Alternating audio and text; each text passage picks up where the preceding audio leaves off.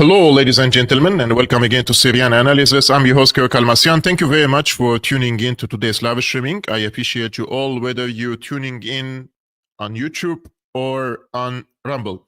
As one of our commentators said, Ali Abunimah was arrested in Switzerland, and I would like to shed light on this before we go to the topic of today's conversation, just for you to know how dangerous it has become in Europe to be an independent journalist, and also against the Israeli occupation of the Palestinian territories and the deranged onslaught of the Israeli army against the Palestinians in Gaza. And I know from Ali Abunimah that he was banned from entering Germany in the past, and he was banned from any political activism in Germany, even if this activism is virtual, which means he cannot participate in a conference via Zoom call and speak to a German audience inside Germany about the Palestine case and about the Gaza case. However, Ali Abunimah has traveled and flew to Switzerland, which is supposed to be a neutral country in the European continent. And as we can see, the Electronic Intifada's co-founder and executive director, Ali Abunimah, was arrested by Swiss authorities on Saturday, January 25th. He is currently being detained and has had access to legal counsel, reports the New Arab. Abunimah arrived at Zurich airport in Switzerland on Friday, one day prior to his arrest. The Palestinian journalist was scheduled to present at an event organized by the Palestine Committee Zurich on Media, Advocacy and Palestine. Upon his arrival, Abunimah was subjected to an 1-hour-long interrogation by police before being permitted entry into the country. In a statement, Swiss Action for Human Rights said that Abunimah was violently and forcibly taken by plainclothes officers while he was walking the streets of Zurich. The human rights group started an online petition calling for Abunimah's release, the withdrawal of an entry ban issued against him, an investigation into the decision that led to his arrest, strict compliance with human rights standards, and an apology and reparations for his detention. The petition has garnered more than 11,000 signatories at the time of writing. And it also mentioned that the Zurich cantonal police intend to hold Abunimah in administrative detention until they plan to deport him out of the country on Monday 27th. So today is supposed to be the day that he would be deported back to the United States from the Swiss prisons, basically. And I'm not sure if this is the petition that they have been talking about, but I signed this petition. If you go on change.org, you will find this campaign, Release Palestinian Journalist Ali Abunimah, or Abunimah, as it is written in the Latin letters, from Swiss detention. If you want me to post this link, I will now post it in the live chat for you to see the link. This is change.org/p/release Palestinian journalist Ali Abunimah from Swiss detention. So this is the link if you like to participate in the petition. It's important to show solidarity, even if the Swiss authorities would release him today and send him back to the United States. But this kind of treatment has become Abunimah. Yes, Anton, I'm sorry for the mispronunciation of his family name. His name is Abunimah, not Abunimah, as I mentioned. So Ali Abunimah, I'm Na'mi, blessing in Arabic. Na'mi is blessing. I'm butchering his family name. That's my bad. So Ali Abunimah. You could go and sign this petition. It's very important. And it's very absurd to see that the Swiss government, basically, which has played no part in the ongoing onslaught against the Palestinians, would basically arrest a journalist from the streets, right? And I think Ali Abunimah's work has been a game changer. He and the Electronic Intifada has been a game changer after October 7, and history could be written differently thanks to their investigative work on the attack and the aftermath of the attack, and also the Israeli onslaught against the Palestinians in Gaza, and also now against the Palestinians in West Bank. And today we're going to speak about Palestine, and I think that just my friendly suggestion to all podcasters that today and tomorrow they should be all speaking about the Palestine case, and also show solidarity with our friend and colleague Ali in this case. And you don't have to agree with everything he says or writes, because rest assured that once, I mean, this has become already normalized, arresting journalists, confiscating their electronics. Yesterday, our friend Richard Midhurst posted that the investigation is going to be prolonged again another 3 months. And I think the process of these investigations is the punishment itself. And I would like to reiterate on this. I mean, I've been through troubles here in Germany because of my journalistic work, but I haven't been into the big trouble like Richard or like Ali. I wasn't detained, but I faced a lot. And one day I would like to speak up loud about what happened with me when I'm safe. And until then, I just want to continue working and showing the people what's happening around the world, and especially in the Middle East, where I come from. And in the last live streaming, I told you that I'm cautious about calling what happened in the Gaza Strip a victory, not because the Palestinians didn't emerge victorious. I'm very specific with my wording. I said, and I would like to reiterate on this point, that this is a victory for the Palestinians who survived this onslaught, right? However, we have to be cautious with the celebrations, because while the people are celebrating, of course, the Palestinians have all the right to celebrate, those who are in the Gaza Strip. I'm just talking about the people around the world. We have to be cautious and wary, and worry about the US and Israeli plans and the execution of these plans in order to ethnically cleanse the Palestinians from not only Gaza, but also the West Bank. So what I'm trying to say is we have to be careful with our celebration and keep it short, because the Americans and the Israelis are already in the business of implementing a psychotic, basically, agenda on the Palestinians by simply uprooting them completely, just like they did in 1948 during the Nakba. But this time on a larger scale. They want to basically kick out all the Palestinians from the Gaza Strip to Sinai, and all the Palestinians from the West Bank, from the West Bank to Jordan. So in this case, in the last live streaming that I did with you, I just quoted to you one of the Israeli journalists, Eddie Cohen. And why I quoted him, because sometimes I go to the pages of the Israeli influencers, or those who work with the Israeli government, basically tacitly or publicly, and just to check where or what are the next steps of Israel. And they're always public about this. It's not like something conspiracy behind closed doors. They're speaking about these cases out loud, right? And one of the Israeli commentators, he said, "Who told you that Saudi-Israeli normalization will take place without the existence of a Palestine state? On the contrary, the Palestinian state exists, and its name is Jordan.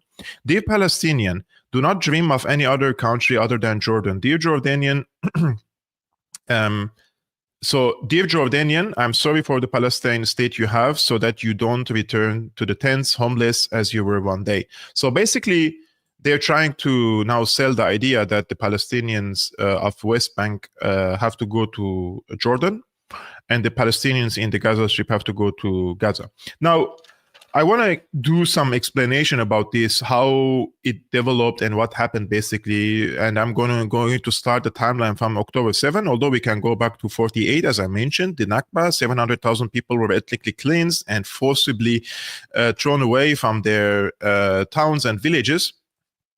And many of them basically became refugees in Gaza, right? Those who are living there at the current moment. But just for the convenience of the time that we have at our hands, I want to focus on the strategy of Israel after October 7. So the attack of October 7, when it happened, I still believe, this is my conviction, I could be wrong, other podcasters, other analysts say otherwise, but this is my conviction. I believe that the Israeli side had a prior knowledge of the attack. So it's not like they planned it, of course, I'm not saying that, but they knew that an attack is going to happen, and they allowed it to happen, let it happen, so that, and then we do the atrocity propaganda because we have almost full control over the press, and we will wage a huge propaganda campaign against the Palestinians, dehumanize them, in order to pave the way for this kind of ethnic cleansing. This is what I believe in at the current moment. So the strategy of Israel was October 7 happened, and they said we're going to ethnically cleanse the Palestinians, and there has been a document leaked by the Israeli intelligence showing clearly their intentions to send 2 million Palestinians to the Sinai, to build tent cities there basically, and bribe the Egyptian government, paying them billions of dollars, and then some of the European countries would come and absorb the Palestinian refugees from the Sinai to Europe. And when the Egyptian side rejected this plan, the Israeli side changed its policy, basically, to achieve the same goal, which is ethnic cleansing, but via committing a genocide against the Palestinians. Now, I also said in the previous podcast that I also believe that one of the goals of Israel was to commit genocide in Gaza. It's not like I'm not in an agreement with some of the analysts who say Israel failed completely in Gaza. No, because one of the goals was to commit genocide. And the definition of genocide is to destroy an ethnic or religious group in part or in whole. And if we see the situation in the Gaza Strip at the current moment, 80% of the buildings have collapsed completely. So 80% of the Palestinians don't have a place to go after the ceasefire to live again, like in a decent manner. So the vast majority of the Palestinians do not have electricity, do not have healthcare, and do not have clean water, and very few humanitarian and food aid is coming to the Strip. So the situation overall is hell on earth. So if you're a Palestinian and you celebrated the ceasefire agreement, then the second day you want to go back to your home, and your home is gone. And if you want medical treatment for even minor issues, you don't have. If you want to treat your child, you don't have the proper services, right? So basically, Israel destroyed all the infrastructure of Gaza. We're talking about energy, healthcare, education, even the prayer sites, right? So in this case, Israel destroyed the Palestinian people in part or in whole by destroying their entire existence, right, in the Gaza Strip. So they did that on purpose. That's the goal. And when the goal was achieved, and Trump was going to come to the presidency, 2 weeks or 3 weeks before the presidency, they were talking, and then the same ceasefire agreement that was rejected under the Biden administration was now approved under Trump. Although Trump was not yet in the White House, but a few days before he came to power, Netanyahu agreed for the ceasefire agreement. And I also said that I'm worried that this is a temporary ceasefire agreement. I don't believe that the US and Israel have good intentions toward the Palestinians. So my position comes from someone who is worried about the Palestinian people. Now that we have a ceasefire agreement, so this is a victory for the Palestinians who survived this onslaught. However, there are also other things. One, a genocide has been committed against the Palestinians there, the entire destruction of the Strip. Secondly, which is very, very important, by the way, Israel succeeded in separating the front lines of southern Lebanon and Gaza by decapitating the entire leadership of Hezbollah, which means now the strongest ally of the Palestinians, which has been Hezbollah, and nobody can convince me otherwise, the party which paid the most after October 7 for the sake of the Palestinians was Hezbollah. And the party which has done the most for the Palestinians after October 7 was Hezbollah, right? So, and we have to make now a disclaimer. This podcast and this analyst do not support any prescribed organization in Germany or in the EU. We're just explaining and analyzing. Okay, so calm down. And so by decapitating entire Hezbollah leadership and creating basically a security condition in Lebanon, we have the pagers attack, you have the killing of the Secretary General of Hezbollah. Hezbollah has taken one step back and decoupled and agreed to decouple from the front line of Gaza and become more localized in Lebanon. Yes, now the Lebanese are returning to the southern Lebanon after the occupation of the south, some of the southern villages and towns by Israel for 60 days. Now that the ceasefire agreement has been over, or there was like a 60 days of deadline for Israel to withdraw. I think they are starting to withdraw from southern Lebanon. And now the people of Hezbollah, basically, because what is Hezbollah? Hezbollah are the people of the south. Their parents and families are going back to their homes. Yes, but at the same time, I can assure you that the mood among the Lebanese people is not for war. And they have paid a huge, huge price for this. And they see that now they have to protect their existence, especially that in Lebanon now you have a government and a president. Both basically are more or less against Hezbollah. So they have to manage their own affairs now domestically and also protect their people. Basically, they're supporting the people who support them in Lebanon from any attempts to politically alienate them, right? So we have the genocide, we have Hezbollah being decoupled from the Palestinians, we have regime change in Syria. This is very, very important. And I can assure you that what happened in Syria was in the same agenda of the US and Israel to destroy the axis of resistance in order for the pursuit of finishing the Palestine cause. So Syria was one of the obstacles for them, and they cut the head of the regime, and Assad fled. And now we have a situation that Hezbollah doesn't have an access to Syria or to Iran. Supply chains are cut, they are localized, more or less. And so the situation is basically of the Palestinians are very, very vulnerable.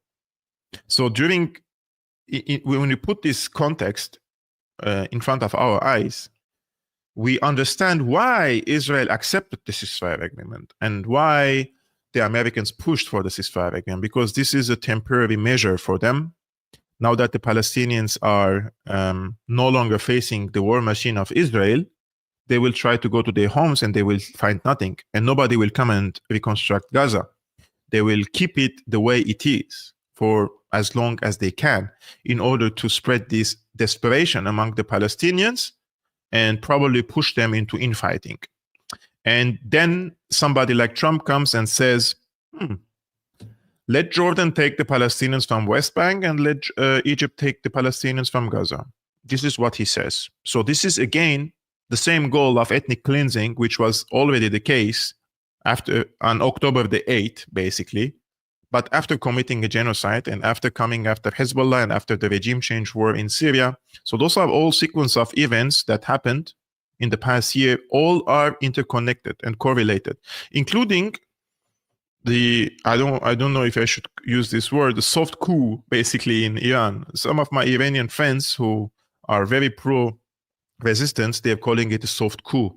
What happened after the death of Ibrahim Raisi and his foreign minister, which I personally don't have any evidence for it, but I don't believe that this was just like an accident. I don't believe it. I might be wrong. In the future, maybe we have an evidence, but for now, my gut feeling says it wasn't just an accident, right? So now that Egypt and Jordan strongly condemn basically the Trump's bullying them, I think that, now some people will say, but Egypt and Jordan are allies of the United States. Why would the Americans bully them? And they both have peace agreement with Israel. And I agree. However, with the United States, if you are an enemy of the United States, they will come after you for sure. If you're relevant, of course, and strong, they will come after you and try to subjugate you. But if you are a friend, and if you give them an inch, they will come 1 meter. And if you give them 1 meter, they will try to come 1 kilometer. And this is the situation with the United States. It's a zero-sum game. They don't believe in a compromise which can serve everyone. If their interests, basically in this case, is ethnic cleansing, they will try to do everything, even against their allies, to accept this deal, or else. And else, in this case, is destabilization. What can the United States and the CIA basically do except for destabilization? This is what they do the best, right? And who is going to carry out these destabilization efforts? I would suspect the Muslim Brotherhood. The Muslim Brotherhood is and has been for a long time is the fifth column for the British intelligence and the American intelligence in order to destabilize these countries. And I believe that what happened in Syria was a covert and tacit cooperation between Turkey, the Muslim Brotherhood Turkey, and Zionist Israel in order to remove Assad from power and do the regime change. And for the benefit of Israel, and for the benefit of the US, for the benefit of Turkey. So if any other analyst tells you otherwise, he's free. But I totally disagree with this assessment. And I think anyone with two functioning brain cells know that what happened in Syria was a plot by the Israelis and by the Turks and by the Americans, by the rest of the globalists, by the WEF. There's so many actors involved in this. If you are clever enough and you can connect the dots as you guys do, you will notice these patterns. I think it's impossible to not notice. So now Trump, he's jumping the wagon and says that he wants Egypt and Jordan to take in Palestinians from Gaza. Trump said he had made the request to Jordan's King Abdullah and he planned to ask Egypt's president on Sunday. He described Gaza as a demolition site and said, "You are talking about probably 1.5 million people and we just clean out the whole thing." He added that the move could be temporary or could be long-term. Most of Gaza's 2 million residents have been displaced in the past 15 months of the war, which has flattened much of Gaza's infrastructure. The UN has previously estimated that 60% of structures across Gaza have been damaged or destroyed, and it could take decades to rebuild. So it's going to rebuild it, right? They will not allow anyone to rebuild it. That's how they are going to press the Palestinians to leave Gaza. Trump made his comments while speaking to reporters on board the Air Force One. Almost everything is demolished, he says, and people are dying there. So I would rather get involved with some of the Arab nations and build housing at a different location where maybe they can live in peace for a change. Foreign Ministry, so in this case, the Egyptian Foreign Ministry has rejected any such effort. They say whether through settlement or annexation of land or by evicting Palestinians from their land through displacement or encouraging the relocation or uprooting of Palestinians from their land, whether temporarily or long-term. The Jordanian Foreign Minister also said that they stand firm and unwavering. They reject this displacing of the Palestinians. So in this case, I think it's quite obvious what Trump is trying to do, right? But this idea of encouraging Gazans to relocate to neighboring countries has long been pushed by hardline right-wing members of the Netanyahu government, right? So you know, for example, the Itamar Ben-Gvir, he says that this initiative of Trump to transfer residents from Gaza to Jordan and Egypt is a brilliant idea. And he says one of our demands from Benjamin Netanyahu is to promote voluntary immigration. So we have also Smotrich. He also said that the Palestinians should immigrate to neighboring countries to allow Jewish settlements to be reestablished in Gaza. So such comments, of course, outrage the Palestinians, including Palestinian Authority, Hamas, Jihad, and everyone. And this is just increases the fears among the Palestinians that the Trump administration is pushing in a more extreme direction when it comes to the policy in the Middle East. So as you may know, the nominee for the US ambassador to Israel, he's an evangelical radical Zionist. His name is Christian Mike Huckabee. He rejected the idea of there ever being a Palestine state outright. So they don't even believe in a Palestine. The two-state solution is already dead in the eyes of the Israelis and in the eyes of the Americans, right? Both Biden and Trump, it's the same policy.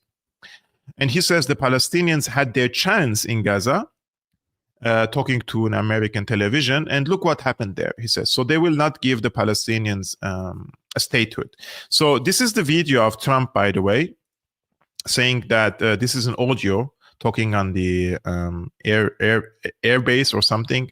So he said, I would like Egypt to take people and I would like Jordan to take people. You're talking about 1.5 million and we just clean out the whole thing.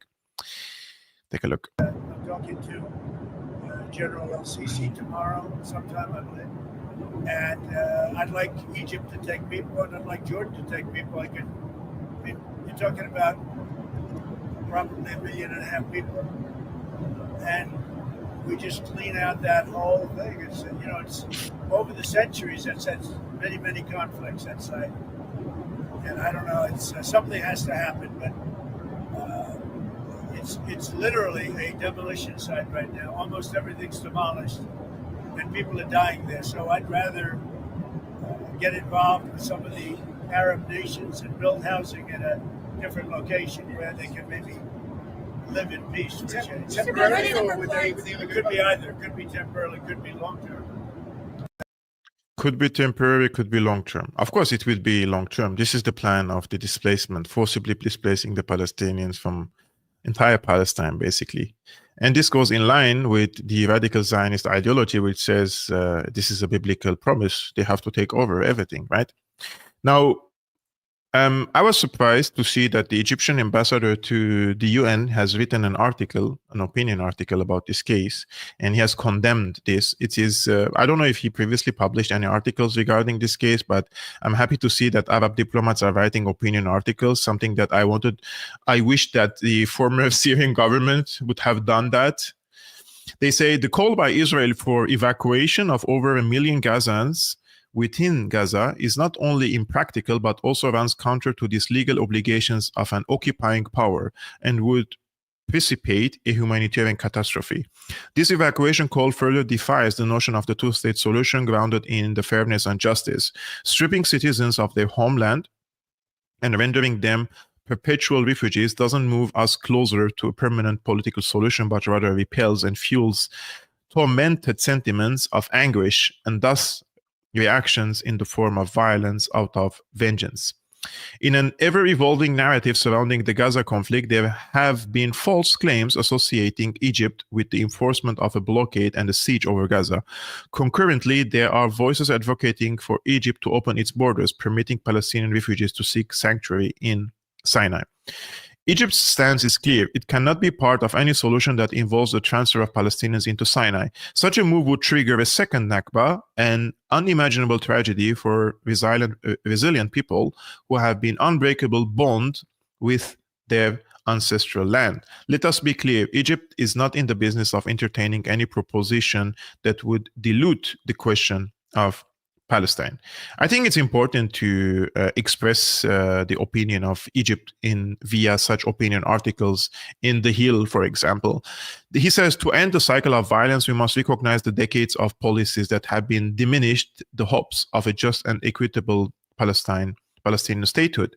In tandem, we must acknowledge the failed policies that have allowed radicals on both sides to dictate a dangerous course of brinkmanship that has ignited the flames engulfing both Palestine and Israel. Egypt has always championed the cause of breaking this cycle, pushing back against radicalism and promoting the ideals set in motion in pioneering and championing peace since the late 1970s to create the necessary conditions and environment for a comprehensive, just, and lasting peace. Now, I disagree, of course, with the Egyptian ambassador to the UN that the only way out is through negotiations with the Israeli side or to accept the political process that has been championed and guaranteed by the United States. I don't think that the United States and Israel have ever had any plans or any genuine, let's say,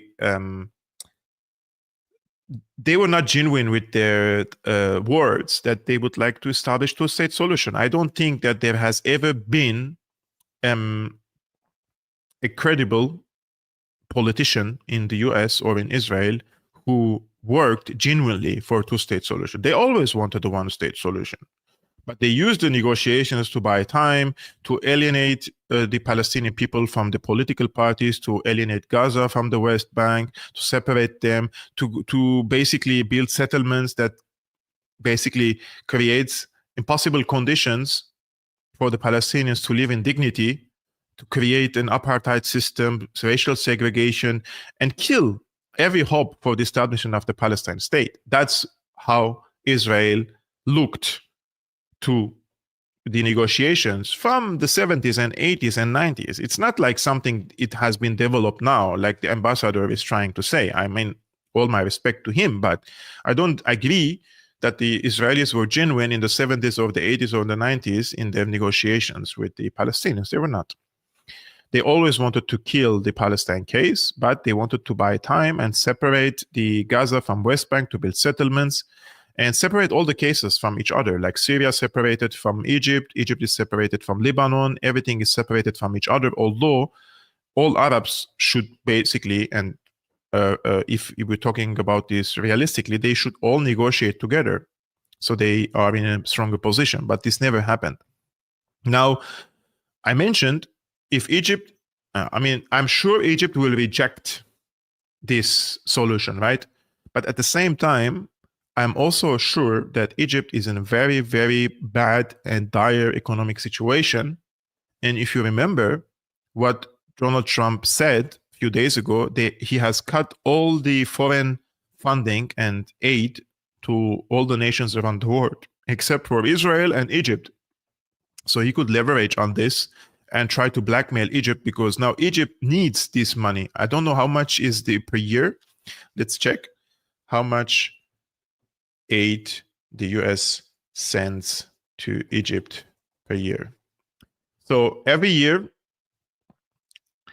the US sends $1.3 billion in foreign military financing to Egypt. And the US has invested over $30 billion in Egypt since 78 through US aid programs, which have focused on economic growth, education, health, and governance. And despite all this investment, the economy is in a very, very bad shape in Egypt. So this is the window which can the American jump in the house of Egypt and try to blackmail them and harass them and to try to persuade them to accept this solution.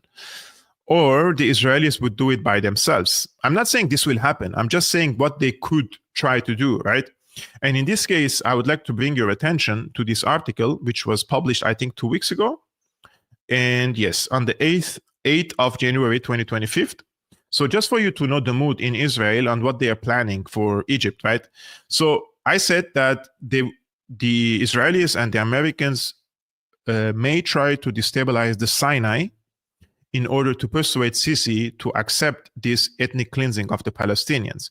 And one of the ways Israelis are trying to sell this narrative is by saying that Israeli military and political officials are once more sounding the alarm over what they describe as build-up by the Egyptian military in the Sinai Peninsula, calling for caution and warning against a potential confrontation with Egypt in the future. The new warnings come less than a month after a retired Israeli diplomat accused Egypt of violating 79 peace treaty with his country by increasing troop presence in Sinai. David Govrin, who served as Israel's ambassador to Cairo from July 2016 to May 2019 and was Israel's first ambassador to Morocco, told the Hebrew news site Yedot Ahronot Net last month that Egypt was sending more troops into Sinai than stipulated in the security annex of the treaty. Egypt is investing, he said, huge amounts of money in the military buildup, even as no other country threatens it, and despite its tough economic conditions. So the Israelis could try to use the economic leverage the Americans have over the Egyptian government, or they could try to pretend and claim that Egypt is building up its army in the Sinai, and this violates the peace agreement. So they would try to do incursion into the Sinai. And they have done it in the past, 67. I don't think that nowadays Israel is capable of waging a war against the Egyptian army. And I don't think that is acceptable in the region at all. However, I do believe that they are able to revive the terrorist cells in the Sinai and push the Egyptian army with big numbers again into the Sinai and claim that, look, Egyptian army is violating the peace treaty because the peace treaty of 78 says Egypt shouldn't have a big military presence in the Sinai, right? So they could use it both way in this case. If we go a little bit further, Egypt is also apprehensive about the Israeli army acquiescing. What type of word is this? Acquiescing to calls by Israel's far right for the displacement of Gaza's population for more than 2.3 million into Sinai, a prospect that will, according to Egyptian President Sisi in October 2023, threaten the Egypt-Israel peace. Citing all these fears, Egyptian military analysts highlight the importance of the measures Egypt is taking in Sinai and find no reason for Israeli concerns. Even before the Israeli war in Gaza, Egypt increased troop presence in Sinai, as per previous remarks by the Egyptian president, in the country's bid to uproot a branch of the Islamic State group in the northwestern territory that stands in proximity to the Suez Canal and the Red Sea. IS militants and amalgam of Sinai Bedouins, jihadists from other parts of Egypt, and jihadi Salafists from Gaza wanted to establish an Islamic emirate in Sinai. I mean, this has become a really pattern, right? All these takfiris and jihadists in Egypt and Syria, they only get revived and find all of a sudden weapons and intelligence and support when they want to destabilize these countries for the sake of Israel. This is not a coincidence, in my opinion, at all. So in this case, as we see, the Trump administration is promising unwavering support basically for Israel, and like the key positions in the Trump administration consist of hardline supporters of the Israeli expansion, right? And for example, the ambassador of Trump to the UN, he said in a confirmation hearing that she considers Israel had a biblical right to the West Bank, which Israel occupied in 1967, but most of the world recognizes as the heart of the future of a Palestinian state. On Saturday, Trump said he had ordered the resumption of shipments of some of the largest bombs to Israel, a widely expected move. Biden had paused delivery of 2,000 or 1 ton kilogram bombs owing to concern about civilian casualties in Gaza caused by the powerful weapons, which can rip through thick concrete and metal over a large area. And when Trump was asked why is he now giving an okay for sending this type of bombs, basically, why does even Israel need such bombs in the Gaza Strip? He says, because they bought them, right? Anyways, and since we're speaking about the ambassador of the US to the UN, this is a video of her basically mentioning that this is a biblical right for Israelis to conquest basically the West Bank. Let's take a look. But long-term peace must include security, self-determination, and dignity for Israelis and Palestinians alike. When we talked in my office, you agreed that we should stand up and protect universal human rights and self-determination for all people, including both Israelis and Palestinians. And I'd just like to hear you today say that that's your view. To put that view in the context of the day after question, I think President Trump is uniquely positioned at this very challenging moment to bring peace to the region, to eradicate terrorists of Hamas and Hezbollah, to protect Israel's national security. If you look at the failures, we've given billions of dollars, and this is just the bilateral aid to the Palestinians, and it has been abused by Hamas. Representative Stefanik, it was a very simple question. I just asking you if you agree with the statement that in order to achieve long-term peace and stability in the Middle East, that we have to secure the human rights and rights of self-determination for both Israelis and Palestinians. That's a yes or no? I support human rights for all, and I think it's a disgrace that Hamas and Hezbollah have stripped human rights of the Palestinian people, and we need to ensure that we are standing up for human rights, and Israel is standing up for human rights. It is a beacon of human rights Israel is a beacon of human rights in the region. We agree with that. I asked you in my office also about whether Palestinians have the right of self-determination. My understanding was you said yes. Do you have a different answer today? That was not the direct question that we discussed. I said the You Palestinian believe people. that Palestinians have the right of self-determination? I believe the Palestinian people deserve so much better than the failure. She won't say that they have the right for self-determination because under international law they do. That they've We had agree from on that. terrorist It's just a leadership. pretty simple question. And I believe we need I take it. peace the in the answer. region. Of course, they So- deserve human rights. So. I want to ensure that, number one, we bring the hostages home. I So want do to all of us. Representative Stefanik, let me just ask you. I have 30 seconds left.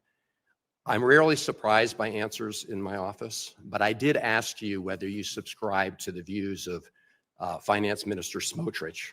Of who? I'm sorry, Smotrich, this is the Israeli Finance Minister Smotrich, and the former National Security Minister Ben-Gvir, who believe that Israel has a biblical right to the entire West Bank.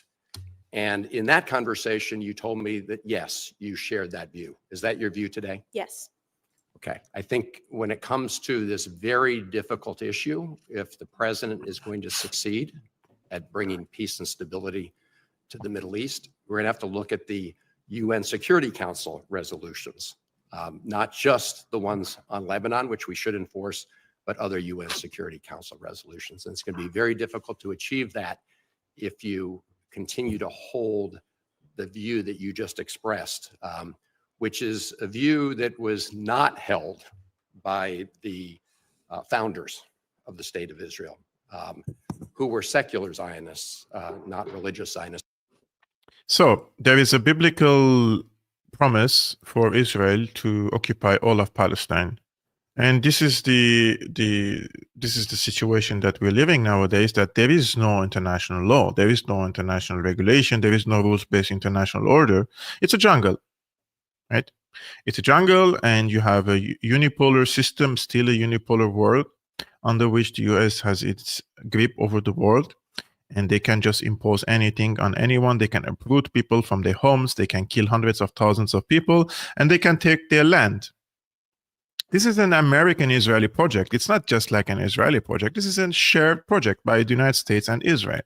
And people like herself are like parrots, repeating everything they have been told by the Israel lobby and AIPAC, and they received a huge sum of money. I mean, this woman, she met with, after her nomination to become the ambassador in the UN, the first thing she did was thanking the president of Israel.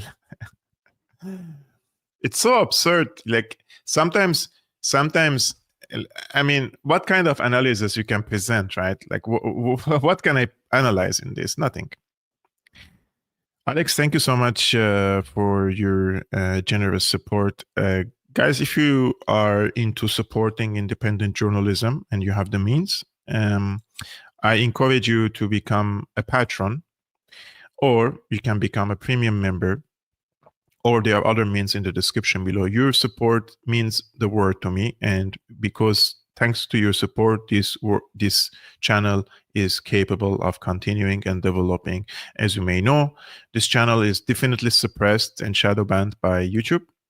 And if you like to support the work, not financially, just to break through the algorithm and, you know, support this content to reach to more people, I just encourage you to hit the like button and just leave a comment. That's it. So what comes next on the Greater Israel agenda? I think this is an important question I would like to address in the final part of this conversation with you on Syriana Analysis. And this has been published by Philip Giraldi. He's been an ambassador for the US. I think he was also CIA, right? So I just summarized this for you. He says, some observers are supporting the theory that Donald Trump, who subordinated actual US interests to those of Israel during his first term in office, will now play hardball with Prime Minister Netanyahu, if only to maintain his self-proclaimed reputation as a champion of world peace, solving international conflicts through making deals rather than by fighting. Brokering a deal on Israel-Palestine would be an achievement that has proven to be beyond the reach of every previous administration, and it would surely earn him the Nobel Peace Prize. His initial position in 2016 was precisely that, to make a deal that would be acceptable to both sides, until the Israel lobby punished him for it and forced him to back down. Instead, Trump is now pulling one of his characteristic, one step forward, two step back, with his proposal that Gaza should be made free of Gazans, who should be conveniently moved to Jordan and Egypt to clean out the whole thing. That would be something like a perfect solution for Benjamin Netanyahu, but the proposal has not been well received in either Amman or Cairo.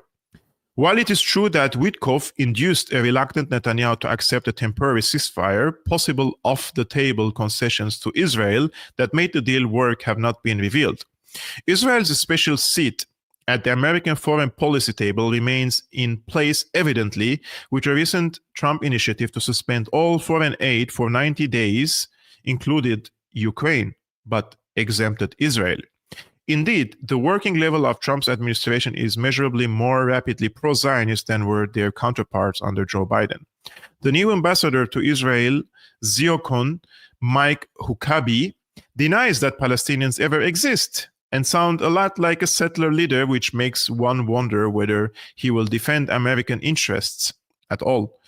If push comes to shove, the new men and women who have taken over will not only support the annexation of some or all of West Bank, but also do nothing to stop or mitigate the restarting of the Gaza genocide. Trump is not a career politician with decades of subservience to powerful lobbies, and he also can't run again for office. Global and national opinion is rapidly shifting against Israel, including among his MAGA base, with figures like Tucker Carlson and Candace Owens calling out Israel firsters as promoting policies that are antithetical to their values. If Israel continues its assault on all Palestine and the whole region with massive US financial and military support, it could hurt Trump's popularity and legacy. Of course, Mossad provided videos or photos of him with a minor on Epstein's island or similar, if they exist, might be enough to keep him in line, but that could well be the only thing that would constitute an off switch. And this is, oh man, this hurts. Like, do you think that the Mossad has a tape on Trump? Do you think that Trump was on the Epstein Island? I've seen a photo of, thank you, Sherry, for your generous support. I've seen a photo of Trump with Epstein and Maxwell and with his wife, basically, but that doesn't prove anything. Do you think that Trump was on the Epstein's Island? Let me know if there is any evidence or proof for that. I would like to check. So, most significantly, Netanyahu has stepped up pressure on Palestinian areas in the West Bank as a preparation for full annexation within the next year. So they're planning on annexing with the West Bank in 2026. Israeli snipers and army units have been killing Palestinians in Jenin and surrounding districts and have also stormed the center of the town using tanks and airstrikes, essentially shifting the slaughter in Gaza to a massacre on the West Bank while the ceasefire holds.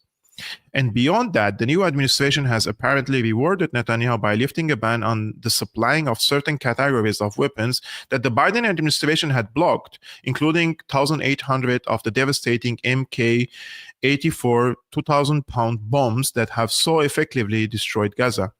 Iran, which is the ultimate target of Israel and possibly of the United States as well, judging from discussions that have apparently taken place, is very much aware of what is going on and is making preparations for war by concealing and going deep underground with its vital military and energy-related sites. If Israel continues to carry out its plans of ethnic cleansing, genocide, territorial expansion, and foreign aggression with unconditional US support, this may motivate other countries and some international institutions to continue turning against Israel, particularly as US power and influence are in rapid decline due to the rise of China and BRICS. It will also mean that the new phase of conflict will become Trump's war, not Biden's or Harris', meaning that Democrats who stayed silent so as not to hurt the new administration will suddenly have a powerful incentive to criticize it. Alternatively, Trump is in a unique position to have Nixon goes to China moment, which would have tremendous upsides for him politically and personally. Of course, Israel and its supporters would rise up in anger. They have killed people for less, but changing US and global public opinion could make the difference this time around if there is anyone in the White House who is listening. I don't think there is anyone in the White House listening to you, feel in this case. I don't think that they listen to you or to anyone else. I don't think that public opinion really matters a lot for them. I disagree with him about this case. I don't think that the public opinion, I mean, I would like to see a referendum in the United States to see if the US should continue sending military aid to Israel. That would be very interesting, to organize a referendum, nationwide referendum, and allow basically allow AIPAC and the Israel lobby to campaign against it, like campaign for the people to vote in favor, right? Let them campaign for that. I think despite all the money and despite the propaganda machine they have in the era of social media and people's understanding during the Gaza war, that this has been they have been completely misled by the press, and this awakening that happened in the US could we could see a different result, right, in the US. If the referendum is not rigged, I suspect that the result would be against sending billions of dollars per year to Israel. Now, I would like to bring your attention to a commentary made by David Icke in this case. He has been correct, by the way, on the Gaza conflict from the beginning, and he said this is going to, this is about ethnic cleansing, and this aimed at Iran, and this could lead into war between Iran and Israel. This was on the October 8th or the October 9th after the attack. He says, "What did I tell you? Ethnically cleanse Gaza so it can become part of Greater Israel and demolish the Al-Aqsa Mosque for the rebuilt Third Solomon's Temple as you allow Israel to annex the West Bank as per deal with super Zionist Miriam Adelson for her $100 million donation. If you know what the real agenda is, which the hijacked alternative and MAGA doesn't, Trump and his Israel-owned mob can be read like an open book. See what the ceasefire was really about. See why October 7 was allowed to happen." He's also in the same position like myself, that it was allowed to happen. Or it is like a let it happen, you know, to create a 9/11 version of the Israelis. Now, in this case, it's also important for me, at least, to try to explain to the people that there is Turkey and Israel are working together in the region. We have been saying this for over a decade now, but things have become so much clearer and so transparent after the regime change in Syria, where both Israel and Turkey cooperated, collaborated, and plotted in order to achieve the end goal, and that is a regime change for the benefit of the Israel, the US, and Turkey, and Qatar, basically. And I would like to bring your attention to one last article, in this case in Bloomberg, which just shows you that there is this coordination and cooperation between both sides, Israel and Turkey. Erdogan seeks Trump's support to shape Middle East how he wants. Turkish President Erdogan wants to capitalize on the demise of the Assad regime in neighboring Syria and the ceasefire in Gaza. Should the dominoes fall the right way, there could be hundreds of billions of dollars of rebuilding contracts and new trade, as well as geopolitical influence. Yes. But Turkey's opposition to US-backed Kurdish forces is testing plans to stabilize the region, according to Turkish officials and advisors familiar with the matter. Erdogan wants the groups to be disbanded, yet recent talks with the Biden administration yielded no result. A Turkish delegation is expected to visit Washington for discussions soon, the people said, so when Trump comes to the White House. And Erdogan is hoping to assume a bigger role in Syria's reconstruction, with the need to build entire cities, hospitals, schools, and dilapidated infrastructure. Turkish authorities are holding back-to-back meetings to coordinate its reconstruction efforts. So this is it. Turkey recons its aspirations to have a bigger role in the future of Syria, have tacit approval from both the US and Israel, on condition that it doesn't target Syrian Kurdish forces, and also softens its criticism over Israel's policies in Gaza and the West Bank, the Turkish officials and advisors said. So Turkish officials who spoke on the condition of anonymity to Bloomberg, they are officials and advisors to Erdogan.